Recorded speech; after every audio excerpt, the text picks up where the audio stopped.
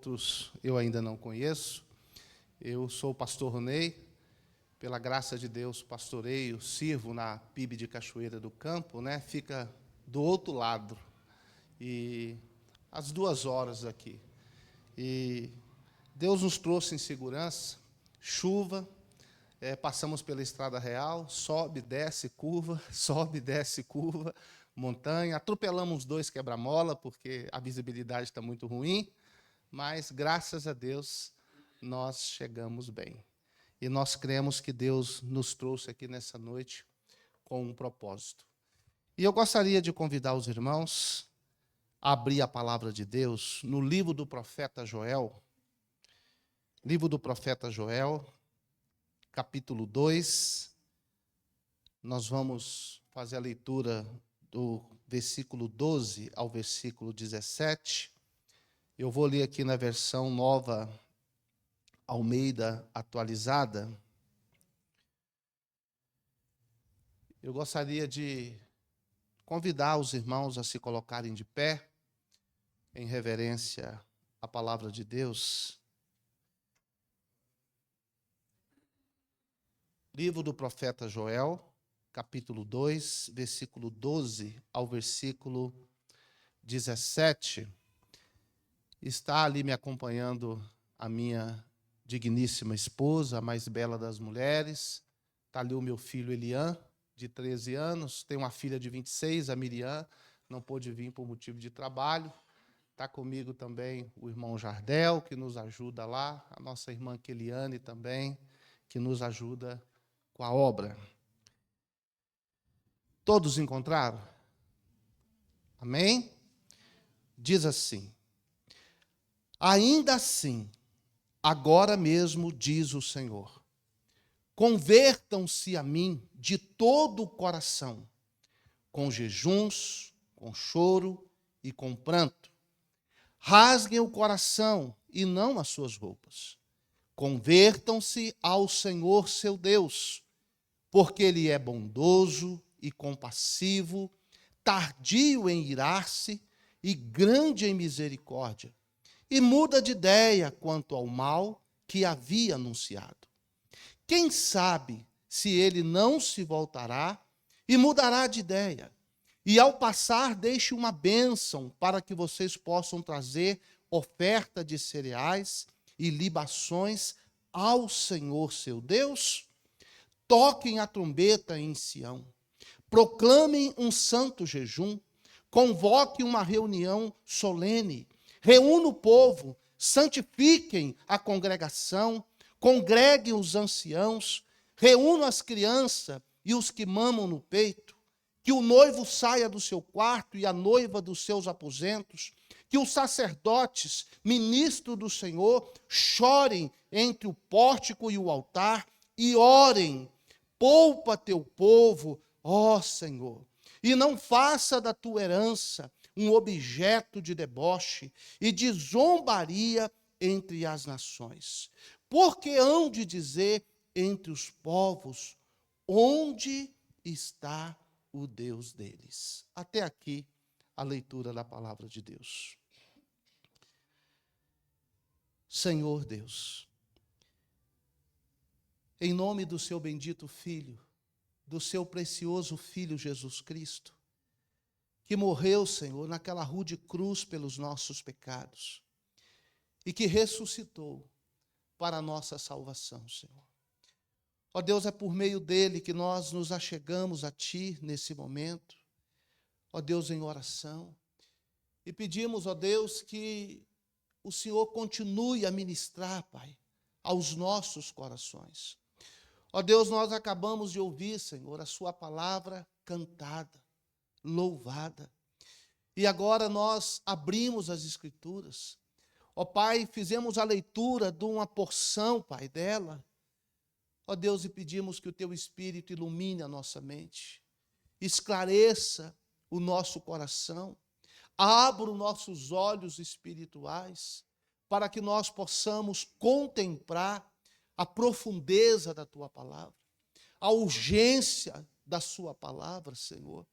Ó Deus, a necessidade que temos da sua palavra, porque nem só de pão viverá o homem, mas de toda a palavra que procede da boca do Senhor. E como diz o teu servo Moisés, esta palavra não é para nós coisa vã, não é para nós coisa fútil, coisa inútil, não é qualquer palavra, essa palavra é a nossa vida, Senhor. Essa palavra é a nossa vida. Ó Deus, e que nós possamos, como diz o profeta, Pai, temer e tremer diante dessa palavra. Ó Deus, que nessa noite, Senhor, que nós estamos reunidos como igreja, num culto de despertamento espiritual. Ó Deus, que o teu Espírito nos desperte por meio da sua palavra. Ó Deus, que a tua palavra nos atinja, Senhor. Que a tua palavra nos atinja com força, que a tua palavra nos atinja com impacto, que a tua palavra nos penetre, que a tua palavra percorra os corredores da nossa alma, Senhor.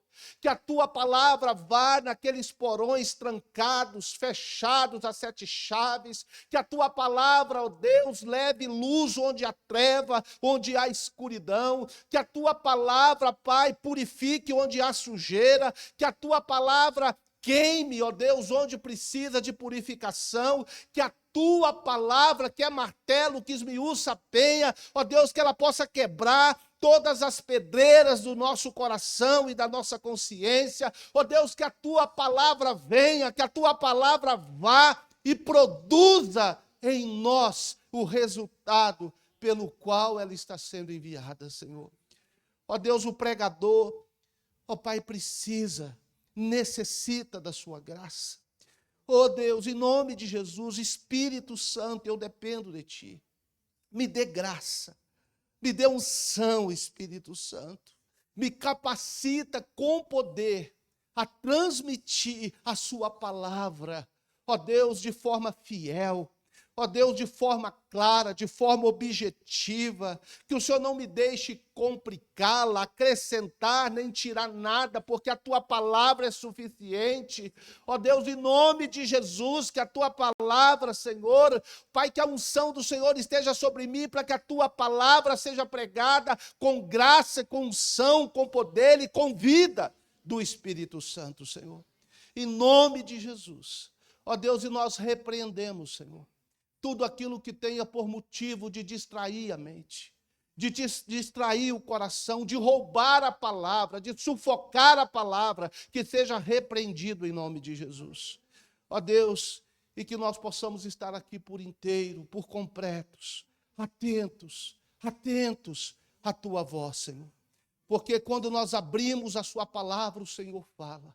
E quando o Senhor fala, nós precisamos ouvir. Ó Pai, no nome de Jesus é que nós oramos. Ó Espírito Santo, nos dê graça. Ó Espírito Santo, seja sobre nós. Em nome de Jesus. Amém e amém. A igreja pode se assentar. Queridos, eu gostaria nessa noite, nesse culto de despertamento espiritual da nossa regional, tratar com os irmãos sobre o tema arrependimento, o caminho da restauração e do avivamento. E eu gostaria de fazer isso com a exposição desse texto que aqui foi lido por nós, de Joel, capítulo 2, versículo 12 a 17. Gostaria que você permanecesse com a escritura aberta. E esse texto, juntamente com Abacuque 3:2, com Joel 2, 28 e 29, e Atos 2, 42 a 47, e também Efésios, que eu adotei algumas semanas, no capítulo 3, de 14 a 19, tem sido motivo das minhas orações. Já faz um tempo que eu oro sobre Joel 2, 12 a 17, 2, 28 a 29, Abacuque 3, 2, Atos 2, 42 a 47, e agora também adotei nas minhas orações Efésios 3, 14 a 19. Queridos, eu vejo, eu sinto que a igreja, ela precisa de um sopro do Espírito. A igreja cristã evangélica no Brasil, de forma geral, ela precisa de um sopro do Espírito. Ela precisa de uma visitação do Espírito Santo. Ela precisa de um derramar do Espírito. Ela precisa de um quebrantamento, de um despertamento. Ela precisa de uma restauração, ela precisa de um avivamento. Quando eu olho para as igrejas cristãs tradicionais, históricas, eu vejo que nós temos luz na cabeça. Nós temos uma boa teologia, nós temos boa hermenêutica, nós temos boa exegese, nós temos um bom, um profundo, um abrangente conhecimento das Escrituras. Mas nos falta fervor, nos falta fogo no coração, nos falta entusiasmo, nos falta paixão. Nós temos compromisso, mas nos falta mais comprometimento. Nos falta chorar por nós mesmos, pelos nossos pecados, pela nossa família, pelos pecados do povo de Deus, pelos pecados da nossa cidade, pelos pecados da nossa nação. Eu vejo que nós temos andado com os olhos muito secos, muito ressequidos. Até mesmo os pastores, até mesmo os ministros. Hoje eu vejo que pastores, às vezes, se preocupam e apelam ao coração dos crentes para frequentar os cultos, para frequentar reuniões de oração. Às vezes a gente marca o evangelismo, aparece meia dúzia de pessoas. Irmãos, nós precisamos de um sopro do Espírito Santo. Nós precisamos de uma visitação sobrenatural. Nós precisamos de restauração. Nós precisamos de cura, nós precisamos de avivamento. E é por isso que eu iniciei aqui, dizendo que já faz um tempo que eu tenho orado dia após dia, repetidamente. Eu tenho orado pela minha vida, pela minha casa, pela igreja onde eu sirvo. Eu tenho orado para que Deus nos visite. Nos visite com a promessa, nos visite com o quebrantamento, com o arrependimento, nos visite com o despertamento espiritual. Eu tenho orado para esse sopro do Espírito na igreja. Quando nós olhamos para o outro lado, para o contexto pentecostal, para o contexto neopentecostal, para o contexto renovado, eu vejo uma outra situação. Eu vejo que há uma degeneração do culto. Eu vejo que há muito emocionalismo. Você vê muito o homem no centro, o homem chamando a atenção, anjo tomando a centralidade do culto. Você vê muito destaque para a suposta revelação, para supostas profecias, para milagres, para curas. E as pessoas gostam disso. E as pessoas procuram isso. E as pessoas vão atrás disso.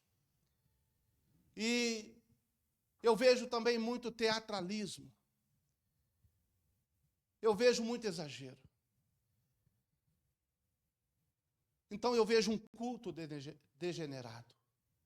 Eu vejo um culto corrompido. Eu vejo um culto de muito barulho, muito grito, muita emoção, guardada as devidas exceções. Você vê ali muito emocionalismo, muita coisa superficial, muita coisa que parece fogo, mas não é fogo de Deus. É fogo estranho. É fogo do homem. Porque o homem também sabe fazer fogo. E como sabe? E quando nós lemos aqui a mensagem do profeta Joel, essa mensagem, ela é uma mensagem contundente. Ela é uma mensagem urgente. Ela é uma mensagem profunda. Ela é uma mensagem atual. Quando você estuda o contexto do livro de Joel, quando você analisa o pano de fundo, Joel, muito provavelmente, não há consenso entre os estudiosos em a data correta que ele viveu. Alguns estudiosos vão datar que Joel viveu e exerceu seu ministério por volta do ano 830 a 810 a.C. Outros estudiosos vão colocar Joel aí no século VI, VII a.C., perto ali do cativeiro babilônico. Ainda outros vão colocá-lo ali no quarto, no terceiro século antes de Cristo. Mas eu concordo com aqueles que colocam o ministério de Joel na data mais antiga, no ano 830, 810 a.C., e ele profetiza ao reino do sul, ele profetiza para Jerusalém, para o povo de Judá. E qual era o contexto ali? Quando você estuda o livro de Joel, você não vê ele fazer menção de um dos pecados recorrentes de Judá, que era a idolatria. E com os demais pecados que advinham disso. Ele não faz ali menção. Quando você analisa o contexto, você vê que o povo estava tomado por uma frieza espiritual, uma apatia. O povo estava indiferente. O povo, embora fosse ao culto, oferecesse sacrifício, embora praticasse a vida religiosa, mas o povo estava praticando uma religiosidade apática, uma religiosidade indiferente. O povo estava insensível à voz de Deus, o povo não estava tendo comunhão com Deus, o povo não estava tendo intimidade com Deus, o povo não estava tendo um relacionamento pessoal com Deus. O povo tinha os ritos, o povo tinha o templo, o povo tinha um sacrifício, o povo levava ali as ofertas, levava os seus dízimos, o povo cantava, comparecia perante o sacerdote. Mas durante a semana, cada um cuidava dos seus interesses, cada um tocava a sua vida. O culto não era levado para casa, o culto não era levado para a vida. Alguns estavam se entregando ao excesso da bebida, estavam se bebedando. E estava havendo uma profanação do culto, uma degeneração do culto a Deus. E os sacerdotes também não tomaram providência para corrigir o povo, para zelar pelo sagrado, para zelar pelo culto, pelos princípios que o próprio Deus estabeleceu, de como ele deveria ser cultuado. O povo estava insensível à voz de Deus, à palavra de Deus. Queridos, eu sempre digo isso do púlpito da minha igreja, da igreja do Senhor onde eu sirvo. Uma das coisas mais perigosas da vida cristã, uma das coisas mais perigosas da vida da igreja, é nós nos acostumarmos com o sagrado. Porque quando nós nos acostumamos com o sagrado, nós corremos o risco de começar a tratar o sagrado como se fosse algo comum. Como se fosse algo comum. Como se fosse algo apenas rotineiro. Apenas um dever, uma obrigação que cumprimos ali no domingo, ou outro dia de culto, e depois a gente toca a vida. A gente vai vivendo a vida, a gente vai procurando os nossos interesses, como no dia do profeta Ageu. E se você ler o contexto de Joel, você vai ver que Deus trouxe juízo. Esse povo estava lidando com pragas terríveis de gafanhotos, sucessivamente. O cortador, o migrador, o devorador, o destruidor. Literalmente, nuvens, enxames de gafanhotos, um após outros, se abateu no reino de Judá e devorou as colheitas, devorou as árvores frutíferas, devorou a pastagem. E, consequentemente, veio também a seca. A semente estava mirrando debaixo da terra. E também veio o fogo, que consumiu as pastagens. E os animais domésticos, os animais do campo, os animais selvagens, eles uivavam por causa dessa situação. Mas ainda sob o juízo de Deus, o povo de Deus ainda permanecia indiferente.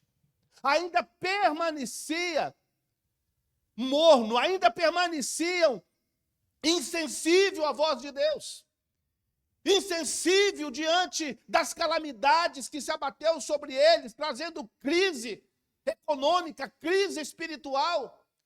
O culto teve que ser interrompido, porque não havia as ofertas para levar para a prática do culto. Foi cortadas as ofertas à casa do Senhor, então os sacerdotes tiveram que parar com o sacrifício diário, tiveram que interromper o culto, o templo foi abandonado. Mas o povo ainda não havia se quebrantado. O povo ainda não havia se atentado para a gravidade do seu pecado. O povo ainda estava se embebedando, se entregando aos excessos. O povo ainda estava vivendo a vida religiosa apática, morna, fria, indiferente, insensível. Sem comunhão com Deus, sem intimidade com Deus, sem fome de Deus, sem sede de Deus. E Deus levanta esse profeta. E ele convoca os ébrios, ele convoca os agricultores, os pastores, os sacerdotes, para que eles uivassem diante do Senhor. Para que eles chorassem diante do Senhor, diante de tamanha calamidade, diante de tamanha desgraça que se abateu sobre eles. E o povo ainda estava num tipo de torpor espiritual. Mas Deus ainda tem um juízo mais terrível para trazer. Deus tem uma nação truculenta, uma nação sanguinária, uma nação perversa, que tudo indica é o exército da Síria, que seria usado por ele como instrumento de juízo para se abater sobre Judá. A cidade seria invadida, as famílias seriam saqueadas, subjugadas, o povo possivelmente seria levado cativo. Mas não décima hora, antes de Deus trazer o golpe fatal, o Senhor, ele faz o último apelo. Ele toca a última trombeta. Ele dá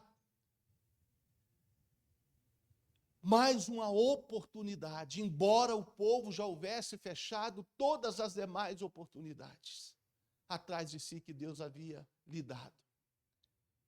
Mas antes de deferir o golpe final, o golpe fatal, antes de trazer a Síria para se abater sobre eles, Deus dá mais uma oportunidade. Porque Deus é longânimo. Porque Deus é misericordioso. Porque Deus não tem prazer em destruir. Deus não tem prazer em amaldiçoar. Deus não tem prazer em fazer mal. O prazer de Deus é abençoar. O prazer de Deus é restaurar.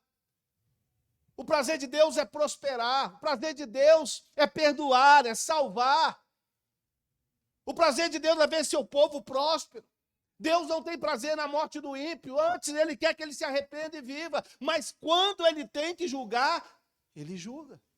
Quando ele tem que exercer juízo e justiça, ele o faz. E ainda que seja com o seu próprio povo. Queridos, o que deve nos assustar é que isso que está acontecendo aqui, está acontecendo com o povo de Deus. Está acontecendo com a igreja de Deus no contexto do Antigo Testamento. E Deus não mudou. Às vezes a gente tem a impressão que o Deus do Antigo Testamento é diferente do Deus do Novo. Deus não mudou. Ele é o mesmo. Ontem, hoje, será para todo sempre. E a Bíblia diz que o juízo começa pela casa de Deus. O juízo começa pela igreja de Deus. Deus aqui está chamando o seu povo ao arrependimento. Deus está chamando o seu povo de volta para Ele. O juízo está vindo porque o povo está em pecado. O juízo está vindo porque o povo está indiferente ao seu Deus. O juízo veio porque o povo está vivendo uma religiosidade apenas externa, apenas superficial. O juízo veio porque o povo não está tendo comunhão, intimidade com Deus. O juízo veio por causa da desobediência do seu povo. E Deus quer que o seu povo se arrependa. Deus está chamando o seu povo a se arrepender. Deus está chamando o seu povo de volta para Ele. Irmãos, eu creio que a igreja precisa voltar para o Senhor. Precisa voltar ao primeiro amor. Precisa voltar ao caminho antigo. Nós precisamos de uma volta ao Senhor. A igreja precisa de restauração. Dentro do nosso contexto batista, nós vemos a nossa missão enviando pastores para revitalizar igrejas. Igrejas que estão tendo que ser revitalizadas. Igrejas que pararam de crescer, que estagnaram, igrejas que começaram a retroceder, a diminuir, e precisam ser revitalizadas, precisa enviar um missionário, precisa enviar um pastor para revitalizar ela. Há um tempo atrás eu ouvi um pastor falando, um pastor de missão, que os membros da igreja chegaram e entregaram a chave de um templo grande, de um templo enorme, entregou a chave para ele. Porque não tem mais gente para congregar, não tem mais gente para cultuar a Deus. Irmãos, isso tem que nos fazer chorar. Isso tem que nos levar às lágrimas. Nós temos que nos quebrantar diante disso. A igreja precisa de restauração. A igreja precisa de um sopro do Espírito. A igreja precisa de um avivamento. A igreja precisa de uma visitação do céu. Mas isso não acontecerá sem o arrependimento da igreja.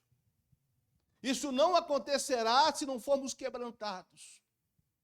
Isso não acontecerá, queridos, se não nos dobrarmos diante do Senhor. Nós precisamos nos arrepender. E esse texto nos fala de arrependimento. Deus chama seu povo ao arrependimento. Deus chama seu povo de volta para Ele. Mas Deus não quer um arrependimento comum.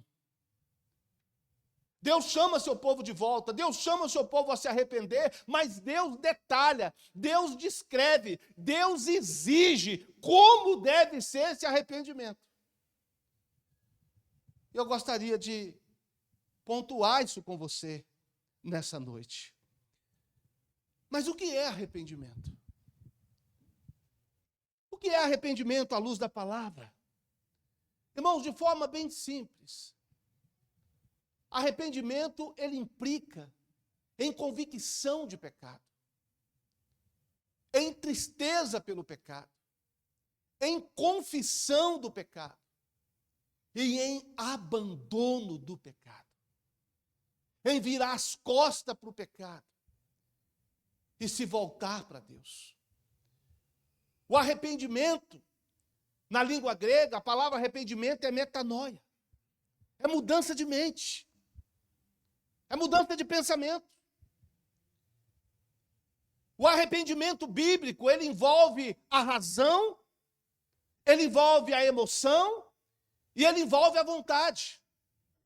Ele envolve a razão no sentido de ter convicção do pecado, de reconhecer a seriedade do pecado, a ofensa do pecado, a gravidade do pecado, a hediondez do pecado. E também da graça de Deus, da maravilhosa graça de Deus. Mas ele envolve emoção. Arrependimento, segundo a palavra, é tristeza, segundo Deus. Arrependimento é tristeza pelo pecado. Tristeza não pelas consequências do pecado, mas, sobretudo, pelo ofendido pelo nosso pecado. Ofendemos a Deus, a santidade de Deus, a justiça de Deus, fomos rebeldes para com Deus. Arrependimento é um profundo pesar, é uma tristeza sincera. Arrependimento é chorar pelo pecado, é pranto, é botar o joelho no chão e a boca no pó e nos humilhar diante de Deus. O arrependimento envolve a vontade, é dar meia volta, é virar as costas para o pecado e a face para Deus. É mudança de rumo. Arrependimento envolve conversão, se converter a Deus. Arrependimento não é quando você chora, arrependimento é quando você muda. Não é arrependimento e mais arrependimento seguido de arrependimento. É arrependimento seguido de fruto de arrependimento. De mudança de vida, de mudança de atitude, de mudança de rumo, de mudança de comportamento. Arrependimento ainda é o abandono de tudo aquilo que nós sabemos que desagrada a Deus. O arrependimento é o abandono de pensamentos, de sentimentos, de vontades, de atitude, de comportamento, de práticas que nós sabemos que desagrada a Deus. O mentiroso abandona a mentira, porque ele sabe que é pecado e desagrada a Deus. O adúltero abandona o adultério, porque ele sabe que é pecado e desagrada a Deus. O idólatra abandona a idolatria. O maledicente abandona a maledicência. O invejoso, a inveja. O orgulhoso, o orgulho. O que está morno, a mornidão, porque ele sabe que aquilo desagrada a Deus. Isso é arrependimento. Isso é o arrependimento de uma forma simples, em termos bíblicos. Posto isso, eu gostaria de avançar e ver algumas lições, algumas verdades que esse profeta nos ensina sobre o arrependimento, que Deus requer do seu povo, que Deus requer da sua igreja no contexto brasileiro, que Deus requer de mim, que Deus requer de você, que Deus requer da PIB de Congonha, da PIB de Cachoeira do Campo, que Deus requer de nós. Amados, essa palavra não é uma palavra de muita glória, de muita aleluia. Essa palavra não é uma palavra muito palatável. Não é uma palavra que nós gostamos muito de ouvir. A palavra, a pregação sobre o arrependimento é uma pregação, é uma palavra que está sumida, desaparecida de muitos púlpitos. A mensagem de arrependimento, a mensagem que os profetas pregaram, que João Batista pregou, o primeiro sermão que Jesus pregou, arrependei-vos e crede no Evangelho. O primeiro sermão que Pedro pregou, arrependei-vos e cada um de vós seja batizado em nome de Jesus, para que seja cancelado os vossos pecados. A mensagem que os pais da igreja pregaram, a mensagem que os reformadores pregaram, a mensagem que os puritanos pregaram, a mensagem que os pastores e homens bíblicos e as igrejas bíblicas pregam, ainda pregam, graças a Deus, sempre tem um remanescente que prega. Mas é uma mensagem que está sumida do púlpito de muitas igrejas. E é por isso que a igreja está como está. Queridos, mas enquanto Deus me dar a graça de pregar, eu vou pregar sobre o arrependimento. Eu vou falar sobre o arrependimento. A igreja onde eu sirvo é uma igreja que ouve a mensagem de arrependimento, ouve a mensagem da doutrina da graça. Nós precisamos pregar. Mas a primeira lição que a gente aprende aqui é que o arrependimento que Deus requer do seu povo é a atitude de voltarmos para Ele mesmo. Qual é o arrependimento que Deus requer do seu povo?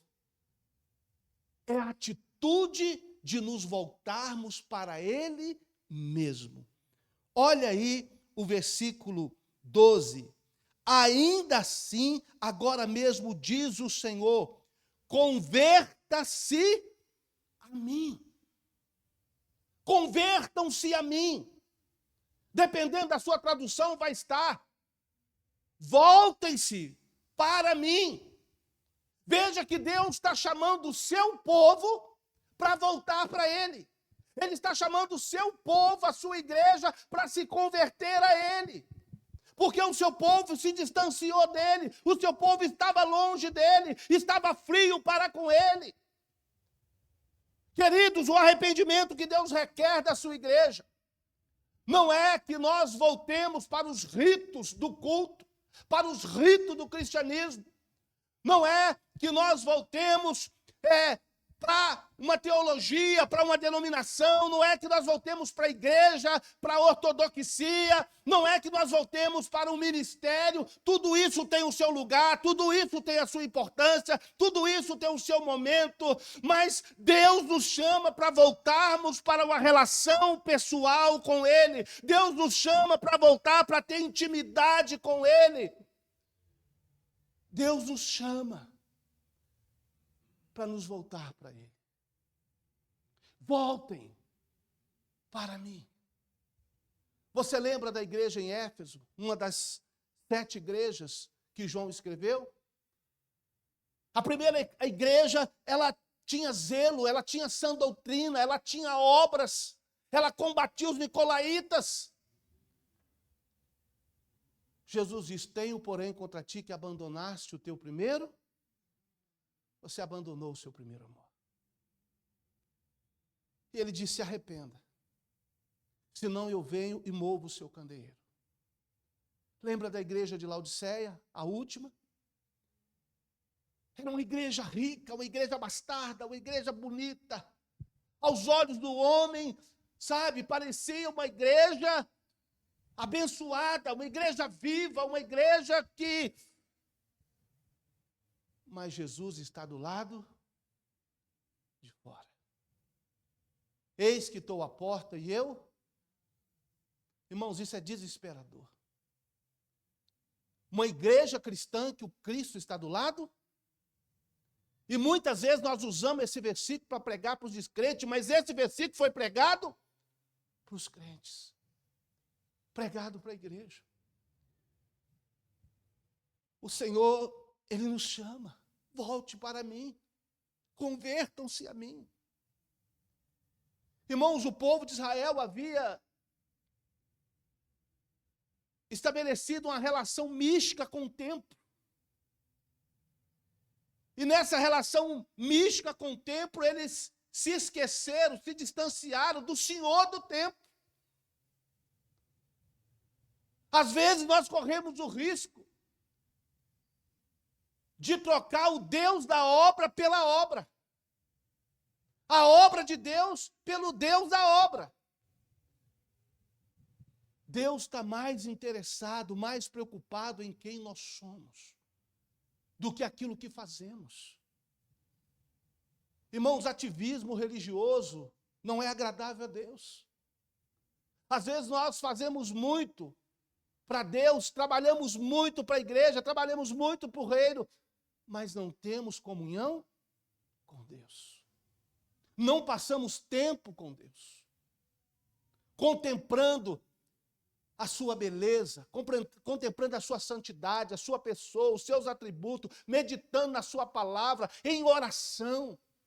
Não crescemos em nosso amor com Ele, por Ele. Trabalho, comunhão com Deus, tem que preceder o trabalho para Deus. Antes de Deus aceitar o culto, ele aceita o adorador. Antes dele aceitar a obra, ele precisa aceitar aquele que faz a obra. Volte-se para mim. Convertam-se a mim. Deus chama seu povo. O arrependimento é uma volta para uma relação pessoal com Deus, para uma comunhão profunda com Deus, para ter intimidade com Deus, para nos deleitar em Deus, para conhecê-lo mais, conhecê-lo melhor, passar mais tempo a sós com Ele. Eu quero fazer uma pergunta aqui, você não precisa responder. Quanto tempo? Quanto tempo você passa por dia em oração, a sós com Deus? Quanto tempo você passa lendo a palavra, meditando na palavra? Quanto tempo você fica ali com Ele? Colocando a sua vida diante dEle, desfrutando da comunhão com Ele, da presença dEle. Só você e Ele. Só você e Deus. Então Deus nos chama para essa volta, irmãos. Deus nos chama para essa comunhão. Deus nos chama para essa intimidade. Para essa amizade profunda. Volte para mim. Convertam-se a mim. Eu sou mais importante do que a obra. Estar comigo é mais importante do que você faz para mim. E é a sua comunhão comigo que valida o que você faz por mim, que torna aceitável o que você faz por mim. Volte-se para mim. Volte-se. Mas, em segundo lugar, a gente vê aqui que esse arrependimento que Deus requer do seu povo é a atitude de se voltar para Ele com integralidade. Ele prossegue no versículo 12: convertam-se a mim de todo. De todo. Irmãos, é uma volta por inteiro. É uma volta integral. É uma volta completa.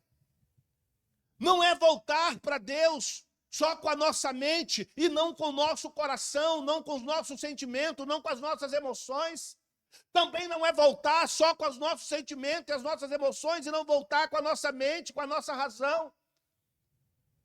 Não é voltar com a mente e com as emoções, mas não voltar com a prática, com a conduta, com a obediência.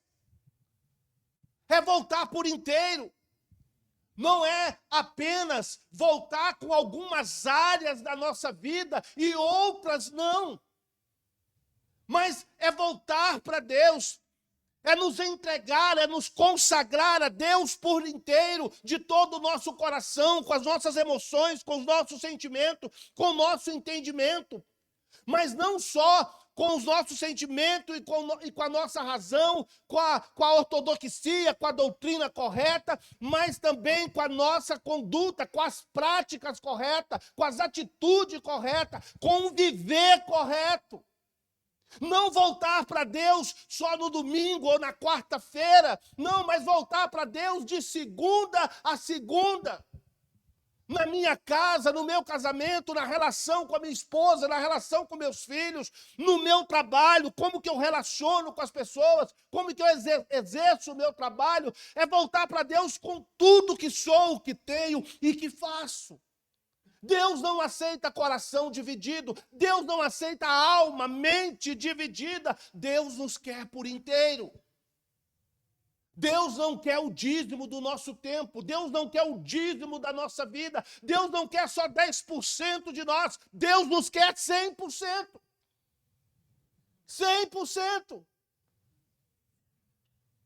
É voltar a Deus, querido. De todo. Deus está dizendo, eu quero que vocês voltem para mim. Mas não de qualquer jeito, não de forma parcial.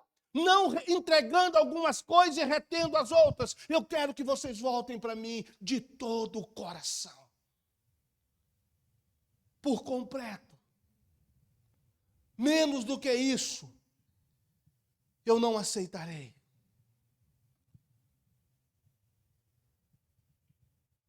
Mas ele prossegue e diz, de todo o coração. Não apenas com integralidade, mas também com profundidade. O povo, diante das calamidades, diante das pragas, o povo ainda estava com o coração endurecido. O povo ainda estava insensível. O povo ainda estava se entregando à bebedeira. O povo estava ainda letárgico, estava ainda morno, estava ainda frio, longe de Deus. Mesmo o profeta gritando, uivai, chorem, olha a situação que vocês encontram. Lavradores, ébrios, sacerdote, pastores, chorem, uivem. Até os animais estão uivando. E vocês estão aí, dormindo. Veja a situação, veja o estado de vocês. E coisa pior está por vir.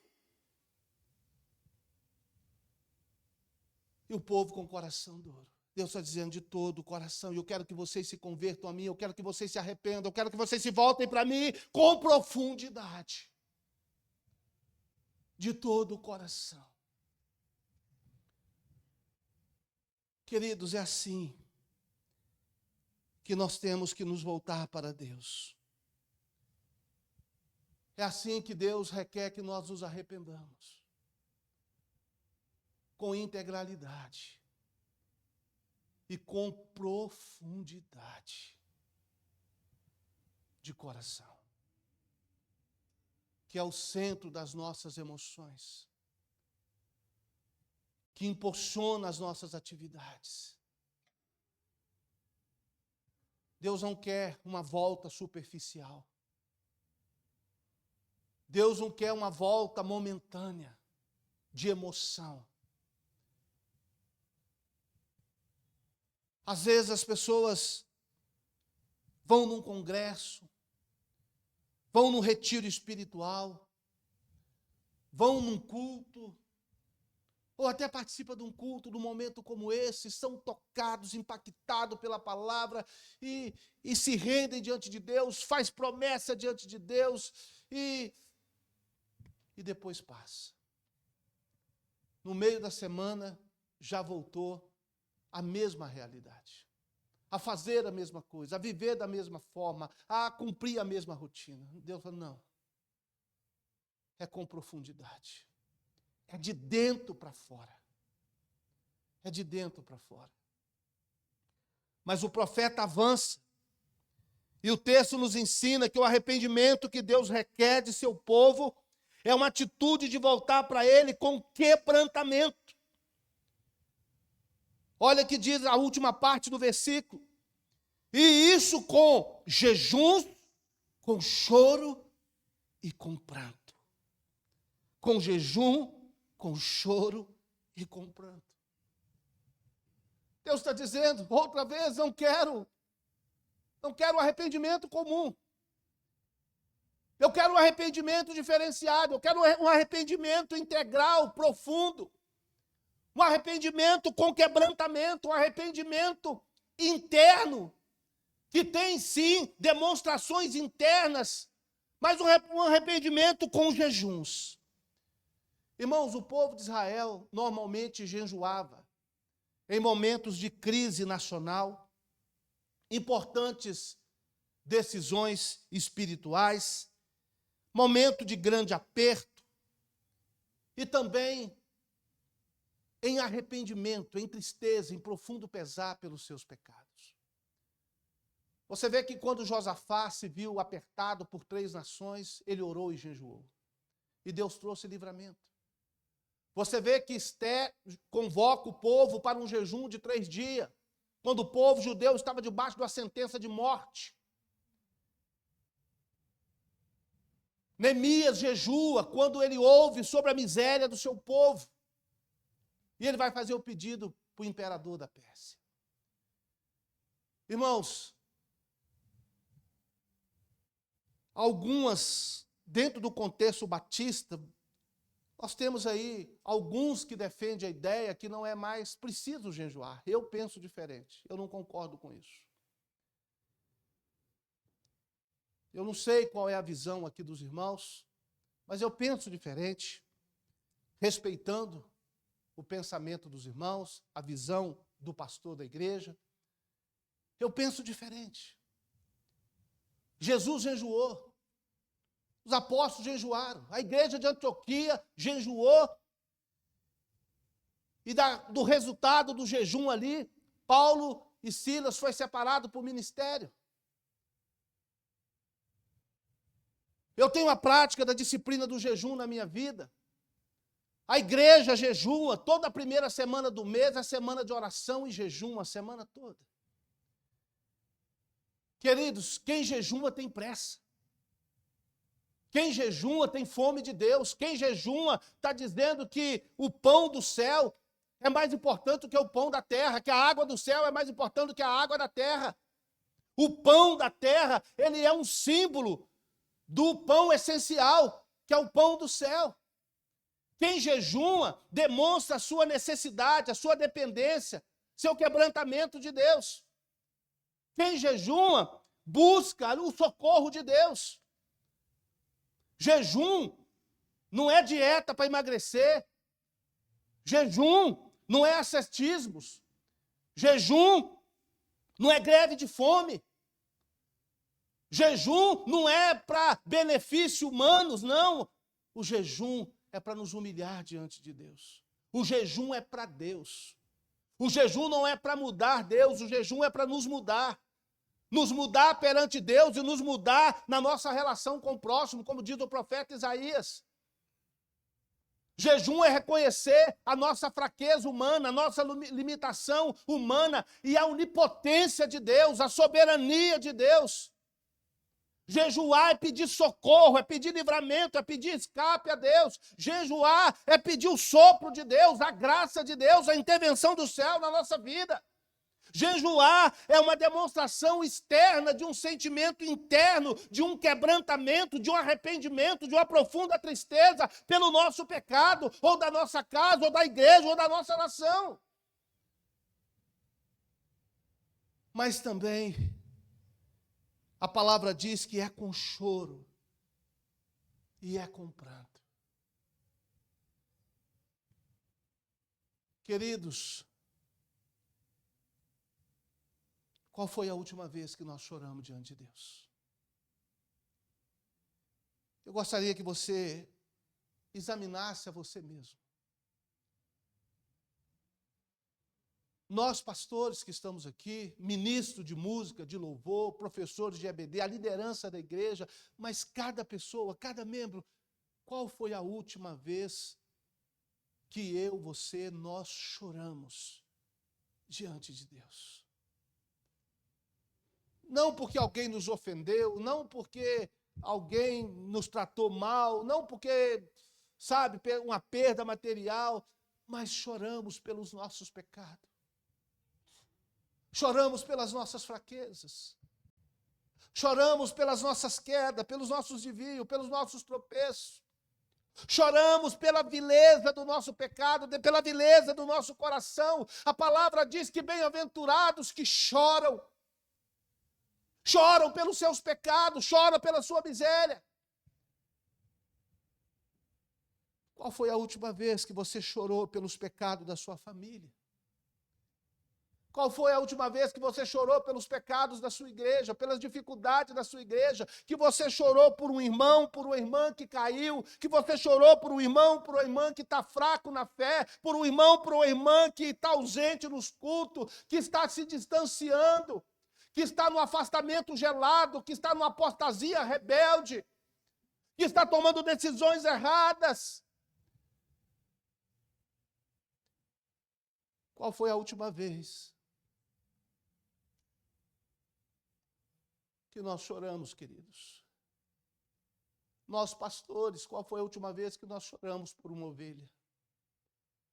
que oramos por um casal em crise, um casal à beira do divórcio, ou um casal que chegou, um casal cristão que divorcia. Qual foi a última vez que você chorou pelos jovens da igreja, irmãos?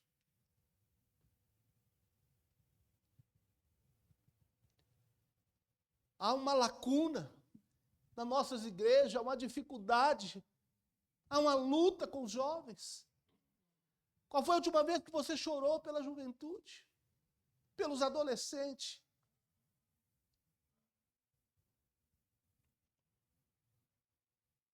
Qual foi a última vez que nós choramos como Jacó no Jaboque por restauração da sua vida? Como Davi, quando chega em Siclag e vê que as suas famílias foram levadas pelo inimigo. Como Neemias, que ouviu a miséria do seu povo, o opróbrio do seu povo, a vergonha de Jerusalém. Como Jeremias, que chorou ao ver os jovens subjugados pelo inimigo e viu as crianças lançadas na rua como lixo e pisadas pelos soldados babilônicos como lama nas praças. Os velhos sendo maltratados e mortos sem nenhum respeito.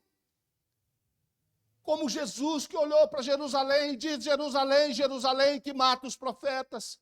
Como gostaria eu de acolher vocês debaixo das minhas asas, como a galinha acolhe os seus pintinhos, mas vocês não reconheceram o tempo da oportunidade. Virá um dia que vocês serão cercadas e virão e ficarão apertadas. Qual foi a última vez que nós choramos amargamente, como Pedro chorou? Queridos, o problema da igreja é que nós temos andado com os olhos muito secos. Nós temos andado com as nossas lágrimas muito retidas. Queridos, nós choramos vendo um filme, facilmente. Nós choramos vendo uma série, nós choramos pelos nossos animais de estimação. Não estou falando que não possa chorar. Nós choramos, ou às vezes retemos as nossas lágrimas por alguma coisa ou algo que nós julgamos que não são dignos das nossas lágrimas, e com isso nós não ficamos endurecidos, ressequidos, e não temos derramado lágrimas.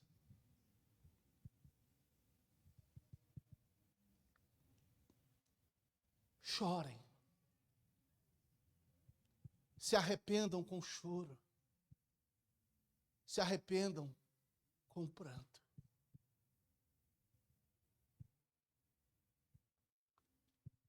Irmãos, se nós de fato reconhecemos o nosso estado, o estado da igreja, e não choramos, como diz certo estudioso, é porque nós já estamos muito endurecidos.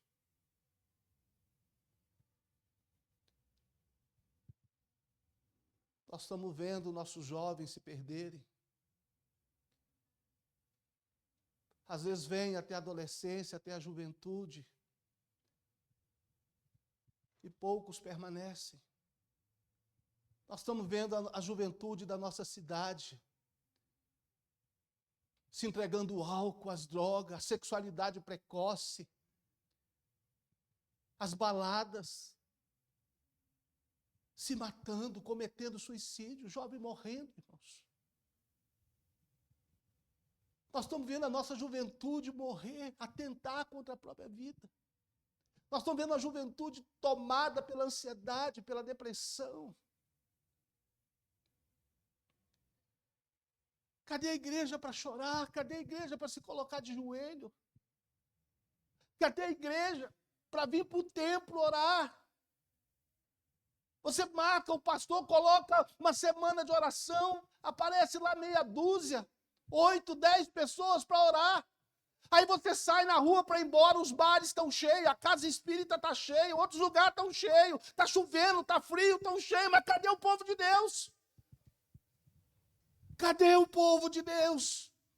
Cadê os homens e as mulheres de Deus? Para se colocar de joelho, para colocar a boca no pó e chorar e se humilhar. Pelos nossos jovens, pelos nossos próprios filhos, queridos. Cadê o povo de Deus para se arrepender?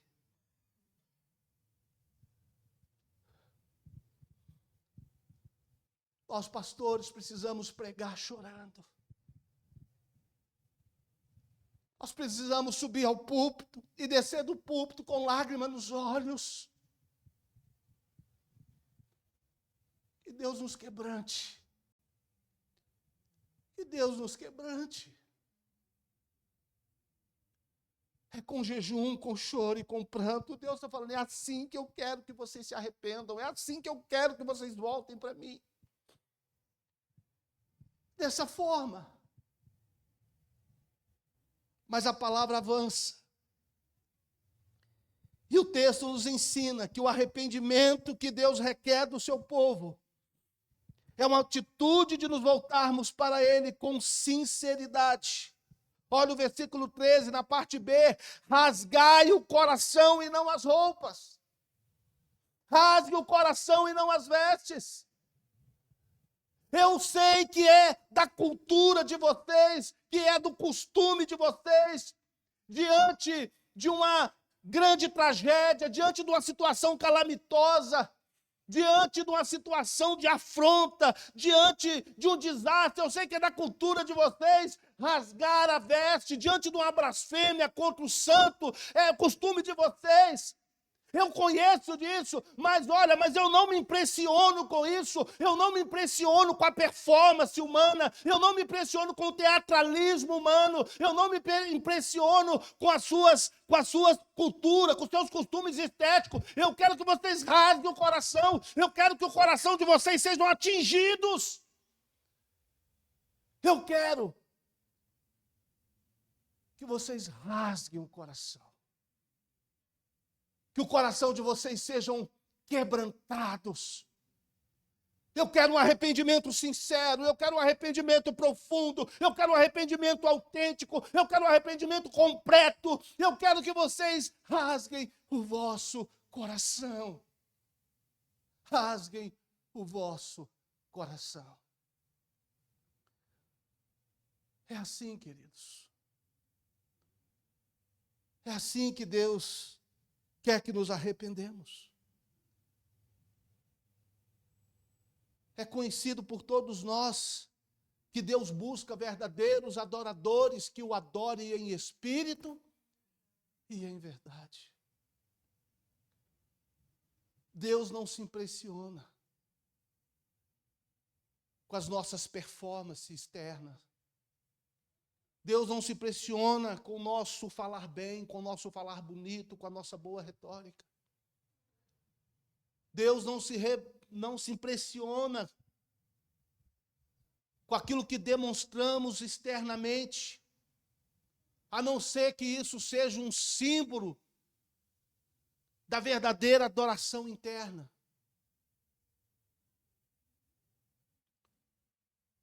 Quando Deus ordenou Arão para se santificar e santificar os seus filhos e sacrificar animais. É como se Deus falasse com Arão, olha Arão, não vai se apresentar diante do povo só com a sua estola sacerdotal, só com a veste, só com todo o aparato aí de sacerdote, não, porque assim você impressiona o povo, mas você não impressiona a mim. Derrama sangue. Sacrifica os animais. Demonstra convicção de pecado, quebrantamento, arrependimento perante o povo.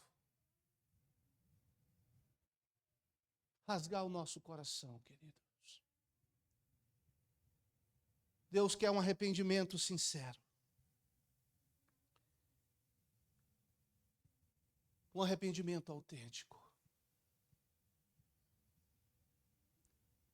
O homem vê fora. Deus vê dentro. O homem sabe encenar. E como sabe? O homem sabe até fazer fogo, como eu disse. Eu poderia chegar aqui e fazer uma... Não é da minha índole fazer isso. Mas eu poderia chegar aqui e fazer uma demonstração como se o fogo tivesse caindo.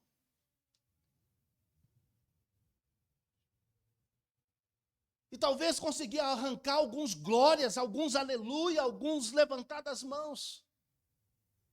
Eu poderia até impressionar vocês. Mas e Deus? E Deus? A minha esposa e ovelhas que estão ali, se me vissem fazer isso, iam ficar assustados. Falei, não entendi o pastor Ronei hoje. O pastor Ronei hoje está estranho. Ele está fazendo umas coisas que ele não faz lá na igreja. Mas ele é homem de Deus, então deve ser de Deus, está tudo bem. Mas Deus conhece o nosso coração. Irmãos, eu não estou preocupado. Eu não vim aqui preocupado se ia ter muita gente, se ia ter pouca gente, se ia estar todas as igrejas, todos os pastores da Regional 7 ou não. Eu não vim aqui preocupado também se vocês iam agradar do pregador, da mensagem ou não. Eu vim aqui com o propósito de expor a palavra de Deus, de pregar a palavra de Deus, de trazer a palavra de Deus, aquilo pelo qual eu orei, pelo qual eu busquei a direção de Deus, pelo qual eu me dediquei e debrucei no texto, confiando na graça de Deus e no poder do Espírito Santo. A palavra é dele.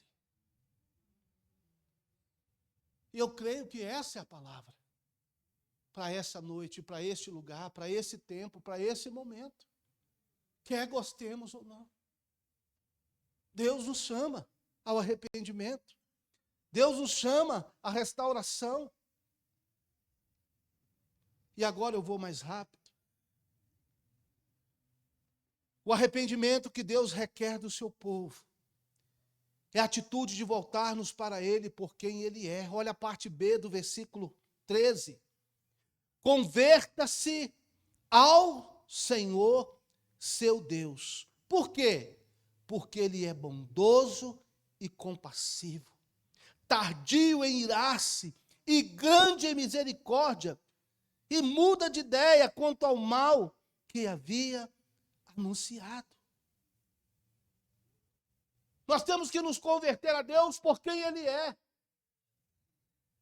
Não para que Deus, não primeiramente para que Ele tire o juízo, para que Ele suste o juízo. Não primeiramente para que Ele retire a praga dos gafanhotos, para que Ele retire a seca, para que Ele acabe com as queimadas. Não para que Ele venha e deixe uma bênção sobre nós, como Ele fala aqui. Não, primeiramente nós temos que nos converter a Deus por quem Ele é. E quem Ele é aqui? Ele é misericordioso. Ele é bondoso. Ele é assaz benigno. Ele se arrepende do mal.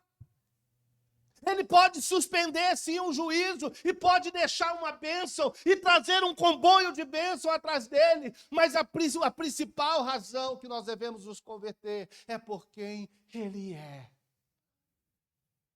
Oh, irmãos,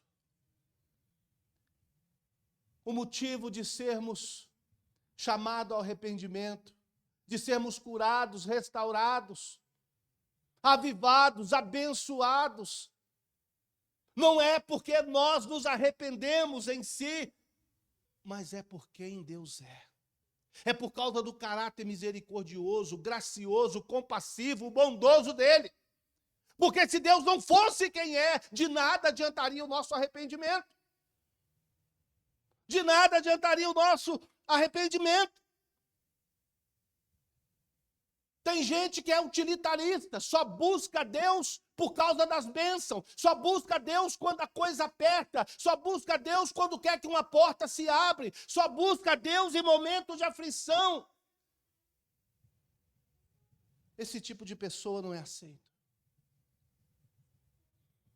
Deus busca verdadeiros, que o busquem em espírito, que o adorem em espírito e em verdade. Mas a gente aprende aqui uma sexta lição. O arrependimento que Deus requer do seu povo é a atitude de nos voltarmos para Ele com esperança, Olha o versículo 14. Quem sabe se ele não se voltará e mudará de ideia. E ao passar, deixe uma bênção para que vocês possam trazer oferta de cereais e libações ao Senhor seu Deus. Olha aqui uma forma simples de falar da esperança.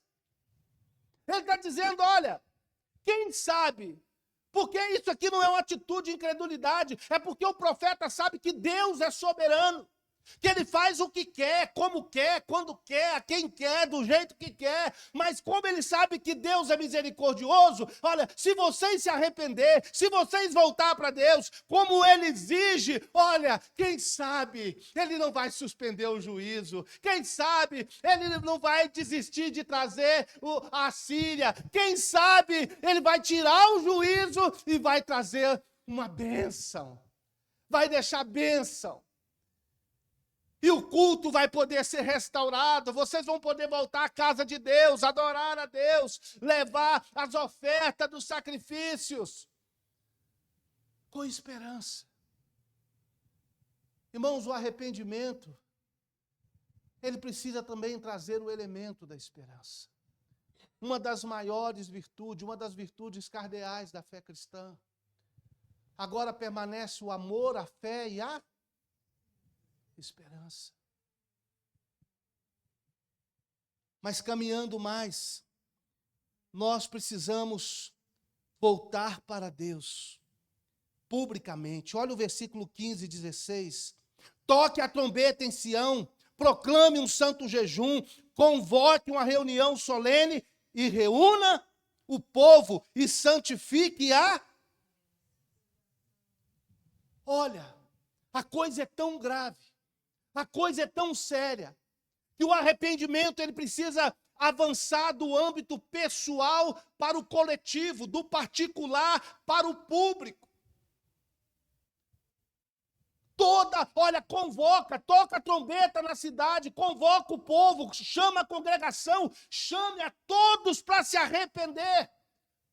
Chame a todos para jejuar, para chorar, para prantear junto. Chame toda a igreja, chame o povo. Precisa ser um arrependimento público. Precisa ser um arrependimento congregacional.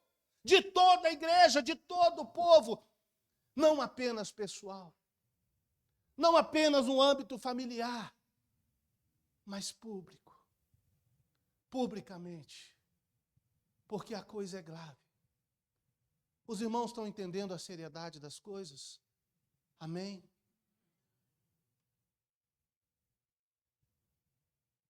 E caminhando para o final, o arrependimento que Deus requer é a atitude de voltarmos para Ele coletivamente.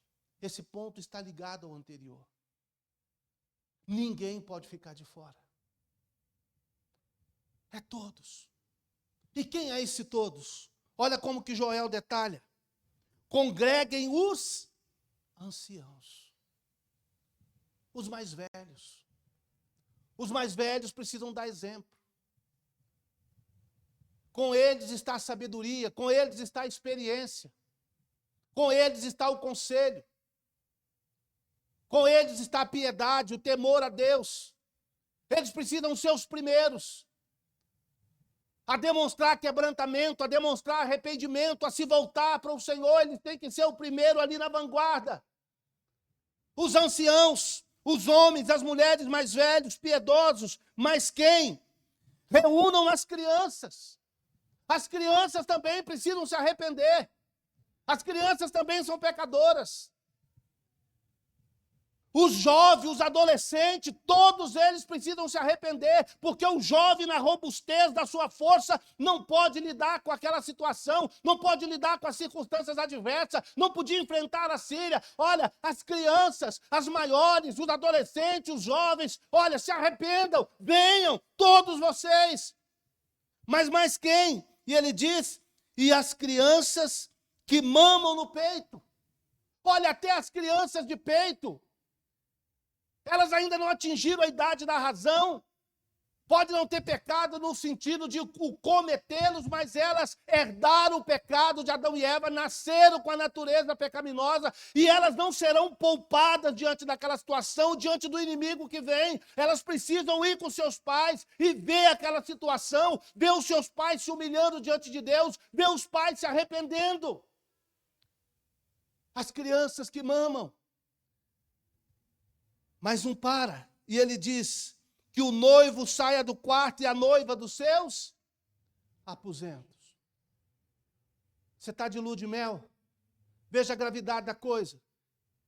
Quando um judeu casava, ele ficava 1 ano isento da guerra, 1 ano isento do serviço público, para desfrutar da sua esposa, para desfrutar do casamento. Mas aqui a coisa é urgente. Você casou, você está de lua de mel. Meu filho, interrompe a lua de mel, interrompe a viagem, volta de Cabo Frio, volta de Guarapari, volta para cá, reúne com a igreja, ajunta com a igreja. Se arrependa. Volte-se para Deus. Mas tem mais. Olha o que ele diz no versículo 17, que o sacerdote, ministro do Senhor, chorem diante do pórtico do altar. É pastor, é teólogo, é professor de escola bíblica, é mestre, é escritor, é ministro de música, é diácono, é porteiro. Meu filho, vem se arrepender. Todo mundo, ninguém fica de fora. Todos precisam se arrepender. Precisam chorar diante de Deus. Todos precisam vir. E uma anônima e penúltima lição. O arrependimento que Deus requer do seu povo é uma atitude de voltar com Ele com lágrimas e oração. Olha aqui o versículo 17. Que o sacerdote ministro do Senhor chore entre o pórtico e o altar e orem. Pastores, líderes, chorem e orem diante do Senhor. E por que você deve orar e chorar? Primeiro, pelos seus próprios pecados, pelos nossos próprios pecados. Segundo, pelos pecados do povo, da igreja do Senhor, da nossa cidade. Terceiro, chorar para que a igreja do Senhor não seja envergonhada. Como que eles devem chorar?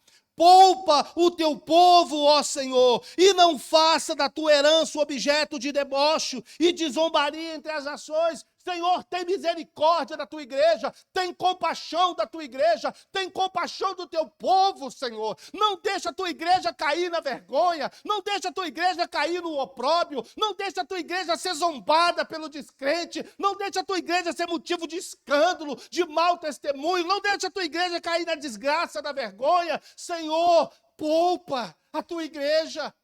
Irmãos, quando um irmão cai, quando um membro cai, quando um pastor cai, irmãos, cai a honra de Cristo, cai a honra do Evangelho, cai o testemunho da igreja, cai o testemunho da família. Chorem, orem por isso. E mais o que? Sobretudo, para que, por causa da honra do nome de Deus, porque hão de dizer entre os povos, onde está o Deus deles?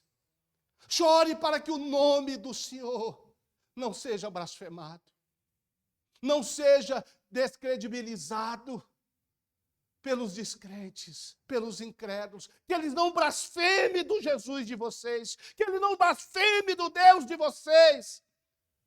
Chorem, pastores, chorem e orem. E em último lugar, queridos, concluindo, o arrependimento que Deus requer do seu povo é a atitude de nos voltarmos para Ele com urgência. E eu volto de onde eu comecei, no versículo 12.